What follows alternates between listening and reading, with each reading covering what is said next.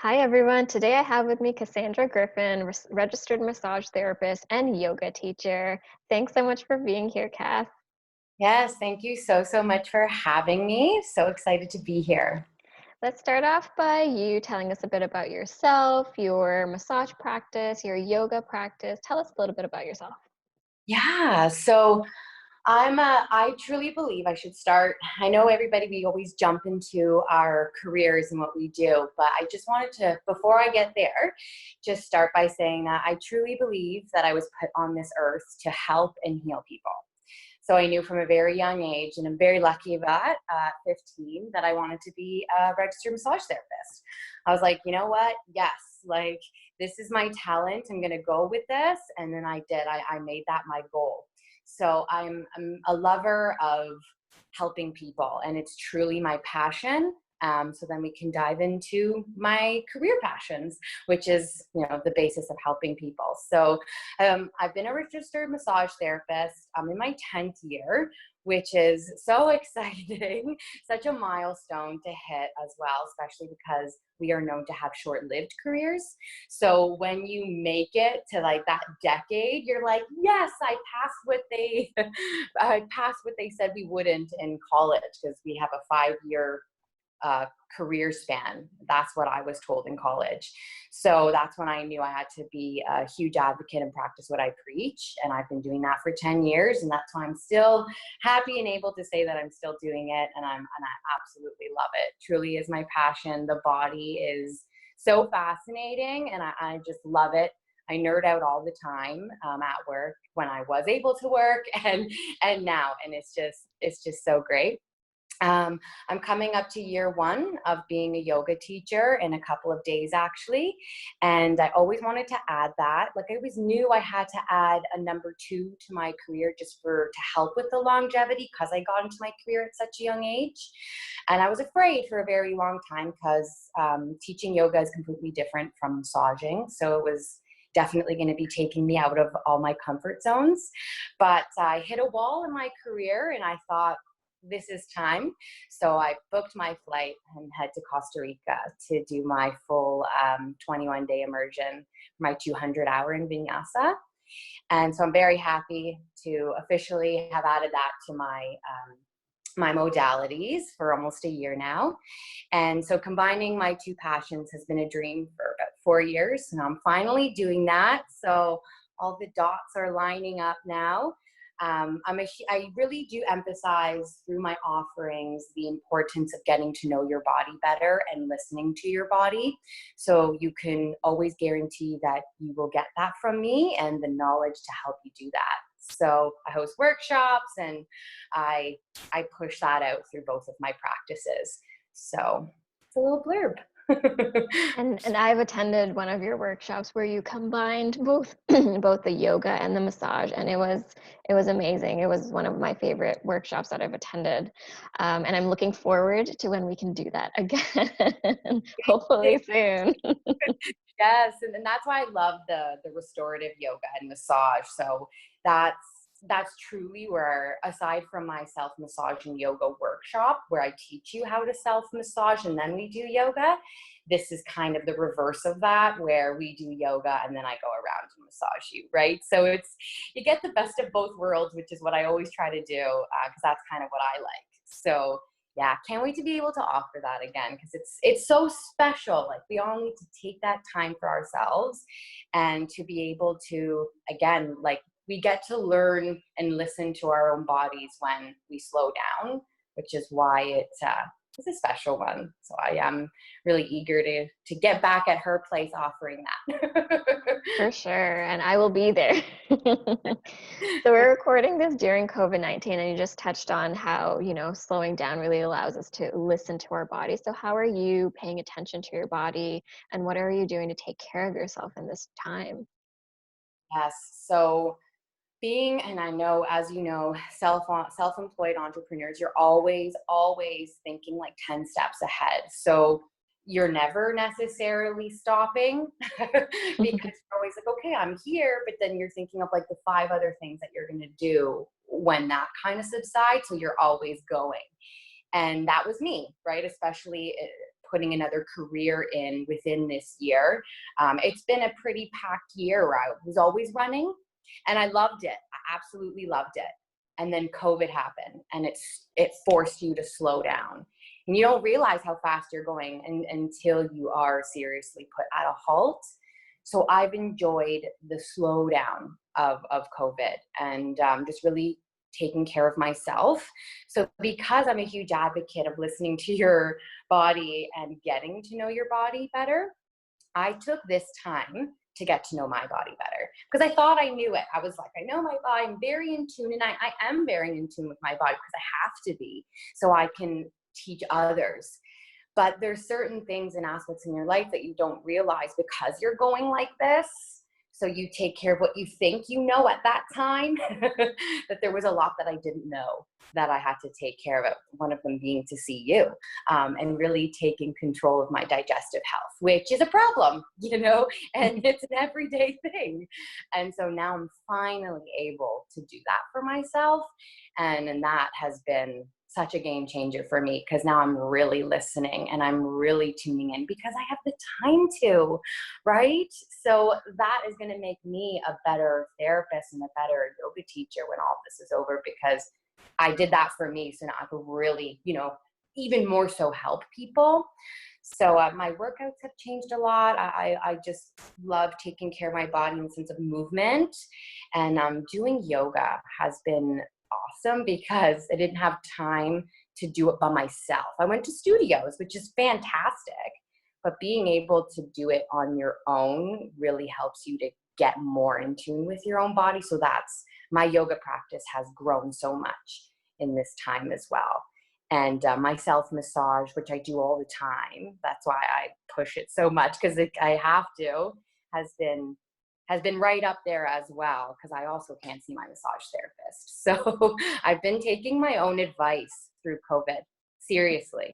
And that sounds good. And you're not alone, right? We're hearing this from so many people that they've had, and myself included, that we've had the chance to kind of slow down, really tune into not just our bodies, but also like how we've been living life and how we move forward from here, because everything's been put on pause, and typically we're in that go go go go go kind of scenario, and we think that we're paying attention, but sometimes it does go by the wayside, right? And sometimes we don't pay attention as deeply as we've been able to maybe in this time. And it also changes over time, right? Like as we grow and our perspective shifts.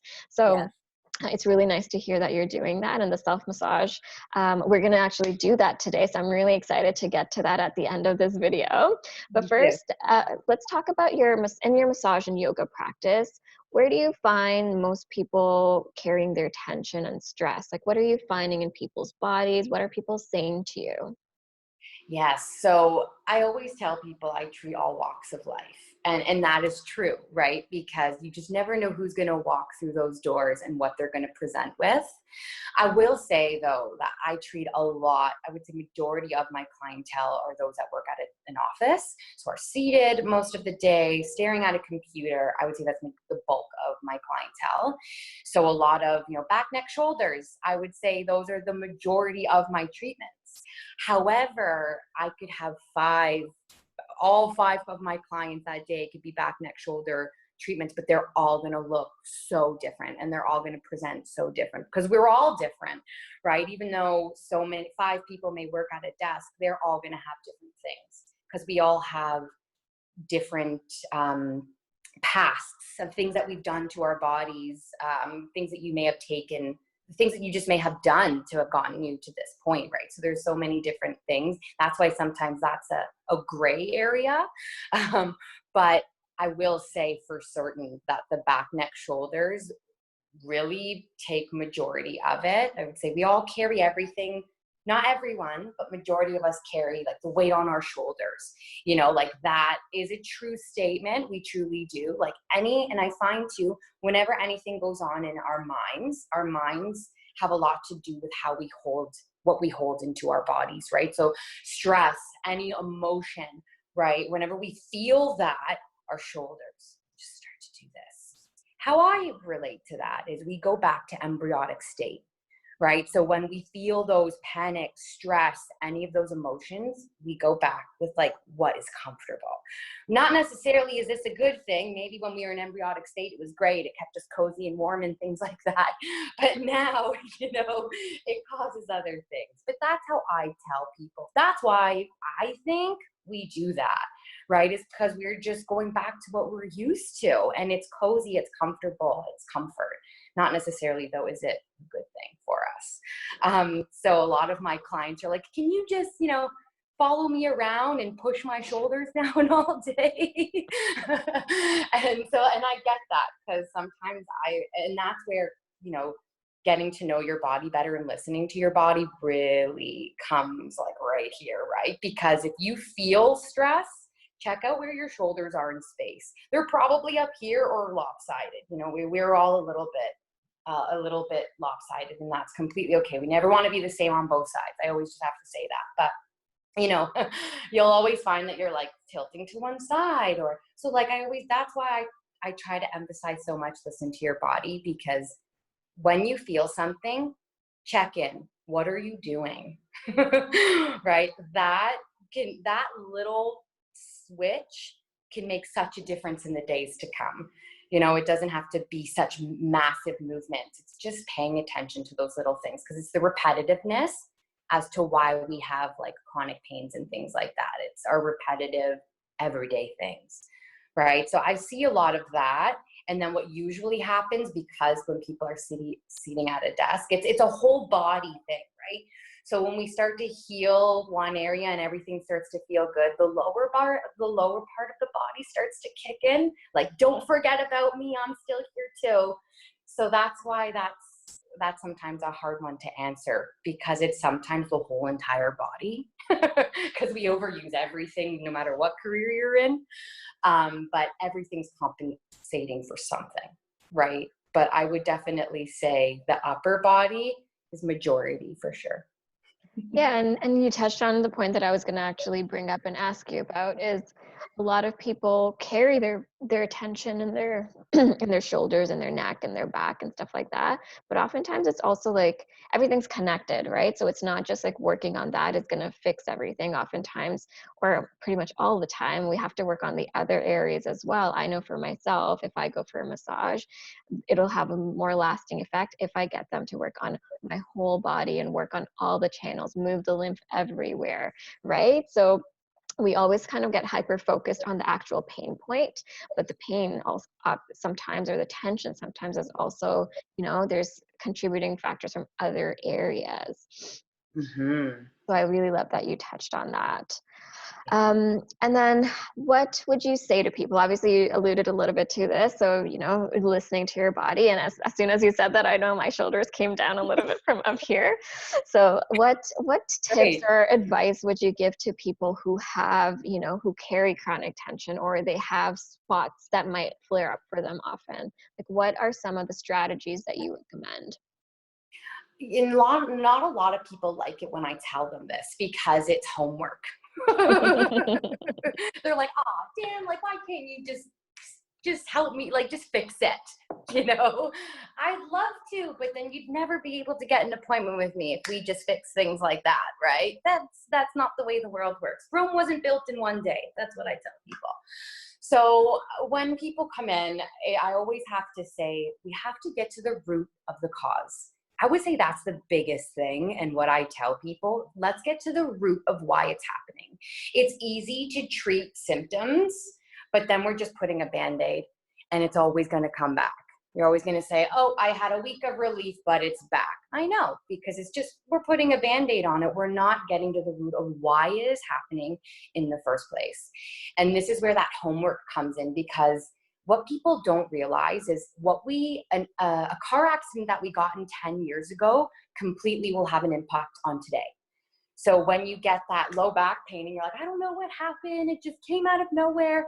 I ask people 21 questions, literally, when they come in. And I always have warned them, listen, I'm going to ask you 21 to 50 questions through our massage and beforehand, because I want to help you to get to the bottom of it. And I ask all these questions to jog your memory. So you're like, oh, right. Yeah. When I was 15, I fell off my bike. Well, Don't think that that has anything that won't come back to haunt you 20 years later, because it will, right? Like our activities of daily living, our jobs, anything that is repetitive, what we do every single day is going to affect your chronic issues. So getting to the root of that, figuring out the why, can then help you going up that ladder again to try to figure out, okay, this is how I got that. This is maybe what I need to do. These are the things I need to change. Lifestyle changes are huge when we're healing areas of the body. It's not just, well, I'm just going to work on this area and that's it. Oh, no, no. It is so much more than that. I've had people who have come in. This one lady, she was shocked. This is a little story to show you how getting to the root really helps. She was going to people for 10 years.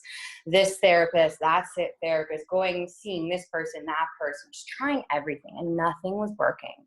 And she came to me and I said, okay, I'm going to ask you 1,000 questions. Give me some time. We'll figure it out. I need some time, right? I'm not a miracle worker. I need to figure you out. And you're going to figure you out in the process. So after chatting with her, she's like, well, yeah, I had a big fall on my tailbone like a long time ago. And I'm like, okay, so you have chronic low back pain. This could be coming from there. So I started to change her lifestyle. I was like, what do you do for exercise? What do you do for this? She was overdoing it. She was power walking 5 times a week.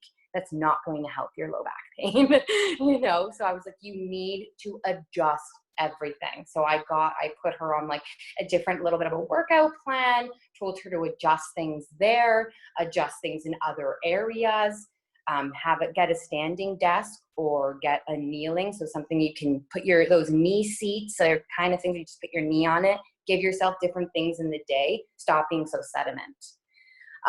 She absolutely loves me because I helped her tremendously, got her off of her pain meds, and now she has a new lifestyle and I see her bi-weekly and I'm part of her lifestyle now. So that's so amazing because it's a natural form of healing, which is obviously something I push.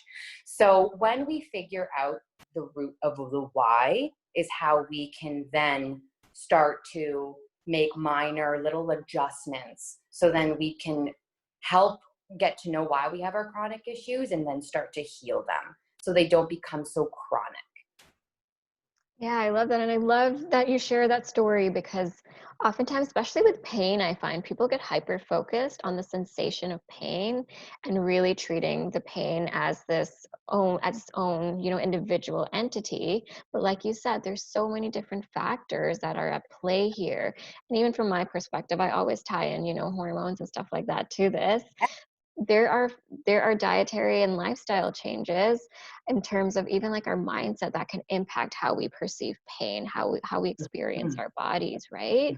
And like inflammation can be a contributing factor. If we even look at the menstrual cycle, there are times in the cycle, especially premenstrually, where women can feel a lot more pain. So some people come in and they're like, well, like there's some weeks that are great and then some weeks are off, and then we track it and they're like, oh, it's worse before my period. So really paying attention to your body in a variety of different ways, and do it slowly, right? Start with one thing and then building on that can be so helpful and enlightening and also empowering, because if you know that happens, you can then start to be, okay, what do I do during my premenstrual period that might be exacerbating that pain? How can we address that? Similar to, how can we address that exercise routine? How can we address that? Not sitting all day on your tailbone and relieving some of Yes. that. Right? And sometimes it sounds obvious, but it's not, right? Because people are not thinking about that. They're thinking, I'm in pain, tell me why and fix me. That's what they want, right? But it's so much more than that. And that's why I love my job so much, because I get to educate people about their bodies and help them to get to know their bodies better so we can work together, right? And everyone's ever alone in this. Can't do anything alone, right? Like I always use myself as my own example to all of my clients and how I figured out like my migraines. I had to get to the root of the cause. It took me years. But hey, now I'm 17 years later and now I know how to I know how to target my migraines when I get them. And that is like a moment. But I had to do my homework. I had to do the work. I had to figure that out because I always tell people I'm with you once or twice a month, right? And that's where my self massage, that's where that kind of picked up, right? Because and I tell people that home care and your self care and all of that is so much, so important because you're only with your practitioners for 2 to 4 times, maybe a month. What about the other like 26 to 27 days? That's all you, right? So that's why the emphasis comes so strong there. And we just have to get to know ourselves better. And that shouldn't be such a bad thing.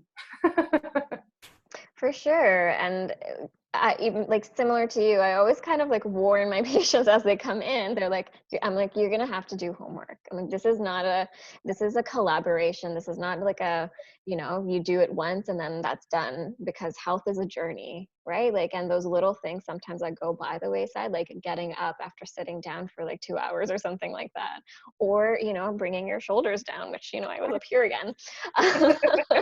It happens Yeah, though, or right? practicing that deep breathing, right? Like those are little things, but those little things done consistently have such a huge impact on our health. Sometimes we think that we have to do these like big changes, but really we don't. We have to just be consistent with the small things and really pay attention, like you said, to what's happening in here. Yes, just listen. Always listen to the whispers before they become screams. Because then when they become screams, it's gonna be more time that is going to have to take place, right? And that is okay. But it's just if we pay attention more, we wouldn't be so frustrated with ourselves. Yeah, it's true. The truth, right? We got to go with the truth of it, right? And that's why I simplify. I'm big on simplifying because in my years, I've noticed when you complicate, it's an automatic shutdown in the brain. Nope, not doing it. It's not happening. So just, I find simplifying things for people, but educating as well hits home a lot more. And people are like, yes, I can do that. No, truly, we can do anything, but we just need to be shown that Yeah, for sure. And speaking of, being shown things, can you show us how to do a self-massage routine? I'm going to do it with you as you show us. Um, sometimes. I'm really excited about this, as you can tell. You're getting all set up. I'm so excited too. Obviously, we know how much I love doing this, but it's so important, especially right now, especially the areas that we're going to self-massage are the scalp, temples. We'll get a little bit into the jaw, neck, and shoulders using very simple techniques. So we'll start with our posture. So really quick, I like to do 3 steps because it makes it so much easier.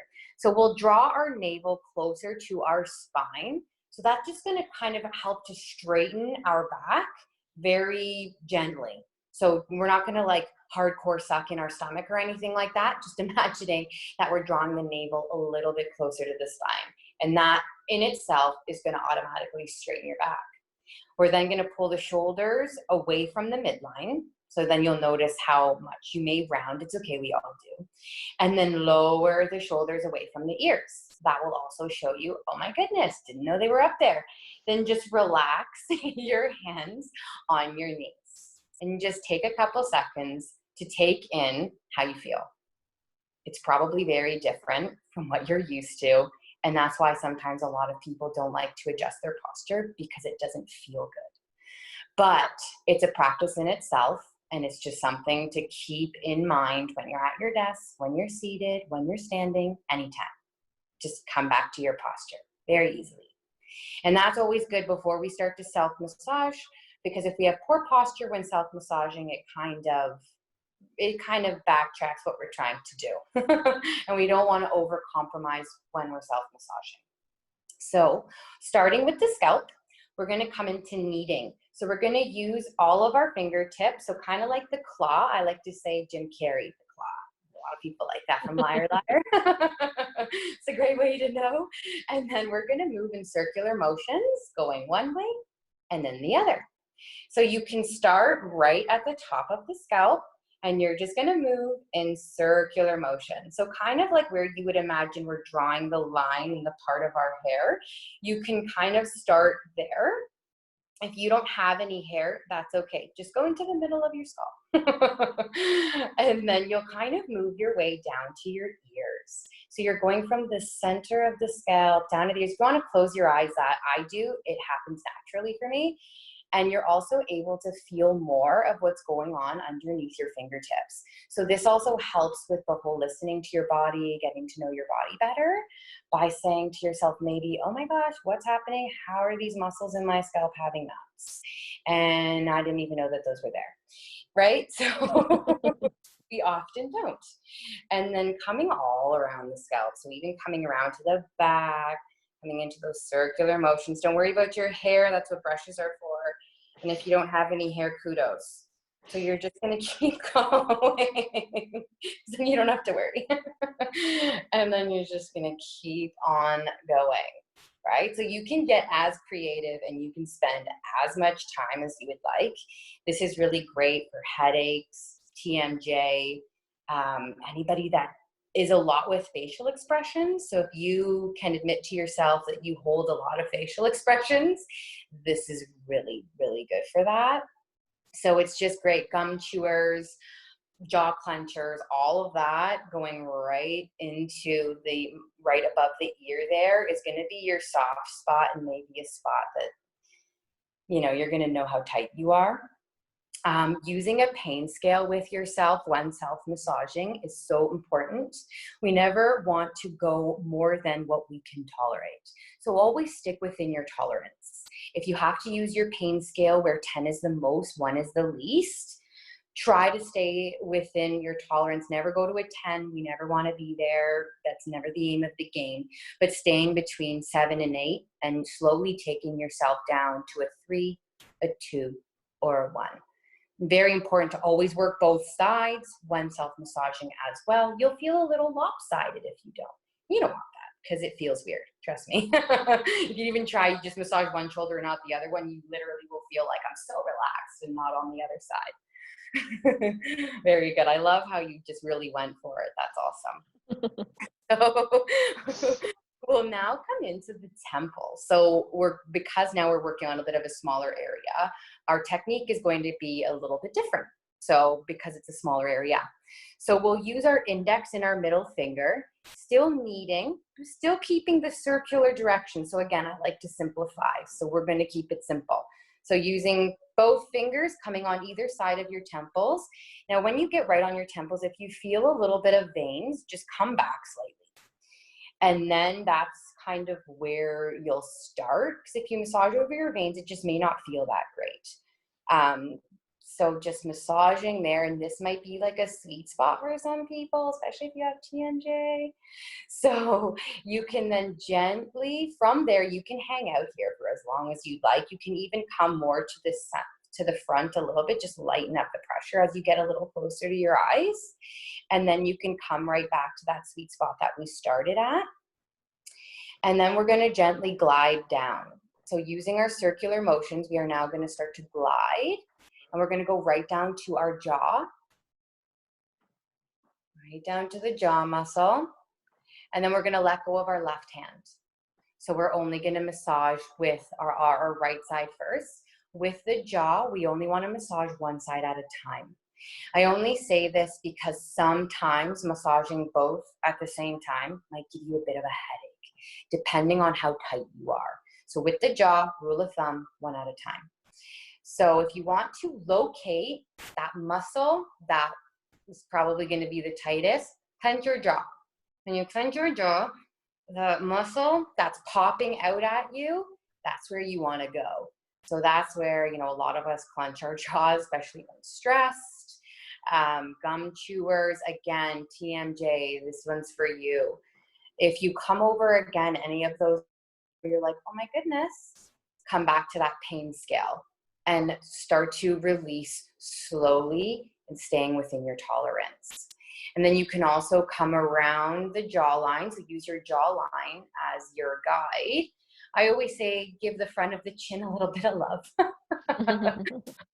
And then take your other hand and then you can go to the left side, right? So just staying within those circular motions and targeting your jaw muscle, releasing, and then starting to massage. You don't want to massage over a clenched muscle because it's not relaxed. So you always want the muscle to be somewhat relaxed, or else you're going to have a harder time to massage. So that's why coming into your posture and really calming yourself when self-massaging is important. So you're not tensing anywhere up. So if you sometimes will find too that one side might be worse than the other, I always say don't add any judgment to that. Just take notice. We all have one side tighter than the other. It's just the way we are. But it will help you to know, wow, I'm really right dominant, or I'm really left dominant, or I use both sides evenly and awesome, right? So it's just another way for us to kind of get to know ourselves better as well through self-massage. So yeah, the jaw, not a big area, but you can get creative with that as well, but staying with your circular motions and keeping it simple for yourself. Coming into the neck broad now, so we're going to do some squeezes. So this is going to feel nice. So we're going to use the bottom of our palm and our fingertips. So you can go same side if you want, or you can go opposite. Completely your call, right? So I like opposite, I feel like I have a better grip that way, and I can also anchor myself with my other hand to make sure that I'm not doing any weird postural things. And we'll just squeeze. So you'll start at the top of the neck and then go to the nape of the neck, and you're basically just getting the bulk of the muscle in your hands. So squeezing with your palm and fingertips. We're going to glide right into our upper shoulders now. Maybe you tilt your head a little bit to the right to give yourself some more space. So you're also giving a little bit of a stretch. If you find that that pulls the muscle too much, bring yourself back a little bit, get more of that bulk of your muscle, and then you can continue to stretch out, or you stay with your neck as is and just massage right until you get to your shoulder. So staying with your squeezes, you can get specific with your index and middle in those areas, but know that that's going to give you a little bit more pain that way because you're getting more specific. So that might mean that you'll target certain areas and really make sure that you use your pain scale. But if you don't feel comfortable with that, stick with your squeezings, and that sometimes is enough. All depends on your, This was right? great. Yeah. Right? It's just nice. And we just don't do this enough, you know, and just really, and then that, when you loosen everything up, it actually is like, oh, now my shoulders naturally Yeah. just went down, right? Yeah. It brings that awareness. And then when you go back up, you're gonna be like, no, no, no, I just loosened up myself. I feel that 10 times more now, right? Because now you're undoing that tension that was there by just simply giving yourself some love. Now, you can always feel free to add some lotion or oil that will offer a little bit more of a glide and a little bit more depth if you prefer a little bit more pressure. We're all different, and this is where you're going to have to really learn to trust yourself, listen to yourself, and never push it, right? So that's where that pain scale, that's why I like to give that to people, helps you to stay within your tolerance. Perfect. I love that. Thank you so much for this. That was, I feel really good right now, and hopefully our viewers will be feeling much relaxed after this as well. I hope so. Cassandra, thank you so much for being here and sharing your wisdom with us, showing that self-massage to us. Where can people connect with you? Yes. So my Instagram's the best way. I post a lot on there. And I also have a 10-minute tutorial of what we just did, going a little bit more into depth. So if you want that, it's up there for you. So my handle is Cassandra Nadine. You can also contact me through Facebook, which is Cassandra Griffin. And I newly just launched my private yoga and also open up to groups and prenatals Facebook page, which is called Virtua Yoga with Cassandra Griffin, if you were interested in doing some yoga with me.